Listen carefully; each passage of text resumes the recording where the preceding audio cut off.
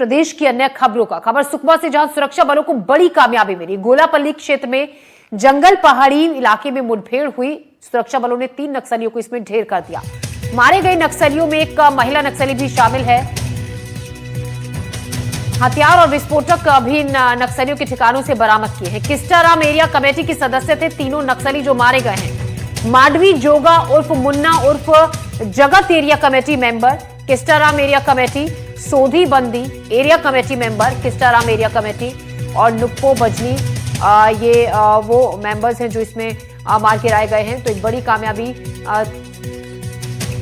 जवानों के हाथ लगी है। लगातार कई घंटे तक ये मुठभेड़ चली, दोनों ओर से फायरिंग होती रही और अभी भी जंगलों में सर्चिंग की जा रही है। नक्सलियों के ठिकानों से काफी मात्रा में हथियार भी बरामद किए गए हैं। एक बड़ी कामयाबी। गोलापल्ली के जंगल पहाड़ी इलाके में ये मुठभेड़ हुई, जहां पर सुरक्षा बलों ने 3 नक्सलियों को मार गिराया।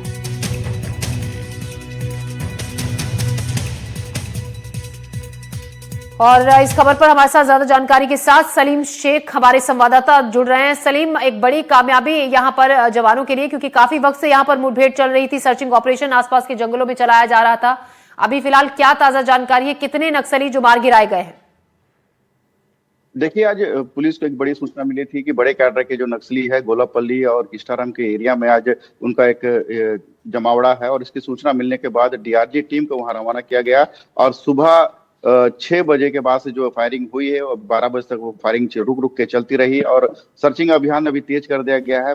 सुरक्षा बलों ने जब सर्च किया उस मौके पर तो 3 शव बरामद किए गए हैं माओवादियों के, जिसमें से एक महिला नक्सली है और 2 पुरुष नक्सली है। और मारे गए तीनों नक्सलियों की शिनाख्त हो गई है। किस्टाराम एरिया कमेटी में ये कमेटी मेंबर रहे हैं, जिन पर 5-5 लाख का इनाम है। और अभी भी रुक रुक के फायरिंग हो रही थी। री एनफोर्समेंट की टीम भी मौके के लिए रवाना किया गया है, क्योंकि जो इलाका है गोलापल्ली का वो बीजापुर और तेलंगाना की सरहद से लगा हुआ है। और पुलिस का दावा है कि कई नक्सलियों को गोलियां लगी हैं और कहीं ना कहीं ये नक्सली तेलंगाना की ओर भागने के फिराक में है और चारों तरफ से उन्हें घेराबंदी की जा रही है। लेकिन मौके की सर्चिंग की गई है, 3 डेड बॉडी बरामद कर लिए गए हैं। क्योंकि इलाका बेहद संवेदनशील और पहाड़ी और जंगल से घिरा हुआ होने की वजह से सर्चिंग में कुछ चुनौतियां मिल रही हैं, लेकिन जवानों ने 3 माओवादियों को मार गिराया है। एक बड़ी सफलता के रूप में इसे देखा जा रहा है, क्योंकि जो इलाका है ये माओवादियों के लिए बेहद महफूज माना जाता था। कहीं भी माओवादी घटना को अंजाम देने के बाद इन्हीं इलाकों में अपने आप को छिपा लिया करते थे। लेकिन माओवादियों की सूचना पर इन्हीं इलाकों में अब फोर्स अंदर घुसकर उनका मुंह तोड़ जवाब दे रही है।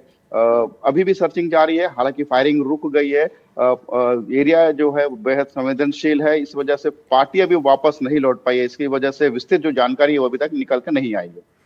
जी सलीम, इसके अलावा ये वो इलाका है जहां पर कभी बहुत ज्यादा मूवमेंट नक्सलियों की देखी जाती थी और जिस तरीके से एक के बाद एक नक्सलियों के खिलाफ ऑपरेशंस चलाए जा रहे हैं, उनको मार गिराया जा रहा है, क्या माना जाए कि यहाँ पर अब धीरे धीरे बिल्कुल, क्योंकि बहुत से नक्सली इसी एरिया से सरेंडर कर चुके हैं, 3 मार गिराए गए हैं और अभी हाल ही में जो ऑपरेशन हुए थे तब भी काफी नक्सलियों का यहाँ से सफाया हुआ था कि लगभग ये जो एरिया है अब यहाँ पर बिल्कुल समाप्ति की तरफ इस एरिया में खाली अब ये हो गया है नक्सलियों से, ये माना जा सकता है?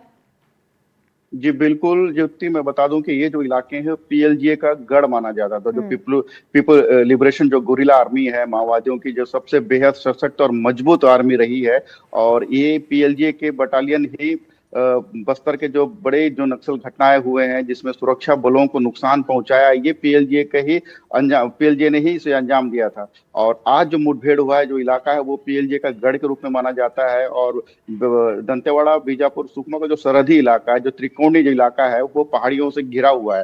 तो यही वजह है कि नक्सली लगातार इन इलाकों में अपना शरण स्थल बनाकर रखते थे। और जैसे ही इन इलाकों में सुरक्षा कैंप जो खोले जा रहे हैं, फॉरवर्डिंग बेस कैंप्स लगातार खोले जा रहे हैं इन इलाकों में, तो कहीं ना कहीं ये पीएलजे का जो इलाका है वो अब नेस्ता नाबूद हो चुका है। माओवादियों के लिए अब छुपने के लिए कोई जगह नहीं बची है। और ये जो माओवादी इन इलाकों में पहुंचे हैं, तो कहीं ना कहीं ये तेलंगाना की ओर भागने के फिराक में रहे हैं। और जैसे इसकी सूचना पुलिस को मिली, पुलिस ने एक बड़ा ऑपरेशन लॉन्च किया और 3 माओवादियों को मार गिराया है। कई नक्सलियों को गोली लगने का दावा जरूर किया जा रहा है, लेकिन मौके से किसी तरह के कोई शव बरामद नहीं किए गए। लेकिन 3 शव बरामद कर लिए गए हैं। मौके पर जो खून के धब्बे हैं, तो पुलिस का दावा है कि कई और नक्सलियों को नुकसान हो सकता है। हथियार भी बरामद किए गए। तो ये बिल्कुल माना जाए कि आने वाला जो समय है बस्तर में, ये बेहद बदलती हुई तस्वीर है। जो नक्सली सरेंडर करना चाह रहे हैं उनका स्वागत भी किया जा रहा है और जो नक्सली अब भी लड़ना चाह रहे हैं उनका पुलिस मुंह तोड़ जवाब दे रही है। बिल्कुल मुंहतोड़ जवाब दे रही है उनका पुलिस। और जिस तरीके से कहा भी गया था सलीम की जो सरेंडर करेंगे नक्सली उनको रेड कार्पेट ट्रीटमेंट मिलेगा, लेकिन जो गोली की भाषा से बात करेंगे उनके साथ वैसा ही सलूक किया जाएगा। इस सलीम काफी मात्रा में बताया ये भी जा रहा है कि इनसे हथियारों की भी बरामदगी हुई है इन नक्सलियों के ठिकानों से जब सर्चिंग ऑपरेशन यहाँ आसपास जंगलों में चलाया गया तो।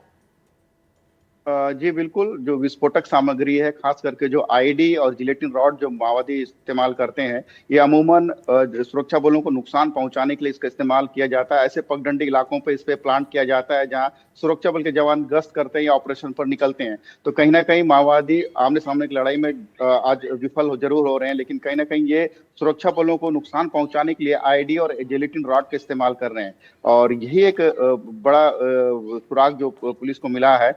बीजापुर और जो सुकमा का जो इलाका है वहां अब सुरक्षा बलों को जो मूवमेंट है वो लगातार बढ़ता जा रहा है। तो कहीं ना कहीं माओवादी कायराना जो हरकत है, जो जो उनका जो हमला होता है पीठ पीछे से वार करना, तो कहीं ना कहीं इसको भी अंजाम देने के फिराक में थे। बड़ी मात्रा में विस्फोटक सामग्री जरूर मिली है और कुछ हथियार भी बरामद किए गए हैं, क्योंकि अब जो इलाका है संवेदनशील है, इस वजह से जवानों से संपर्क नहीं हो पा रहा कि किस कैटेगरी के वेपन्स मिले हैं। विस्फोटक सामग्री जरूर मिली है, वहां से लोहे के कुछ सरिया मिले हैं जिसे बेबी ट्रूप्स के नाम से जाना जाता है, जो एक होल जमीन में एक गड्ढा खोदकर उसे प्लांट किया जाता है ताकि जवान उस रास्ते से गुजरे तो वो उसमें उसके एम्बुश में फंस जाए। तो अभी बताना थोड़ा सा मुश्किल है क्योंकि जवान अभी लौट नहीं पाए। संवेदनशील इलाका है क्योंकि अमूमन हमेशा वापसी के दौरान ही नक्सली एम्बुश में फंसाने का योजनाएं बनाते हैं। तो इसे बचने के लिए अभी किस तरह की जानकारी नहीं मिल पा रही है। जी, शुक्रिया सलीम आपका जानकारी के लिए। हमारे सहयोगी सलीम शेख हमें जानकारी दे रहे थे।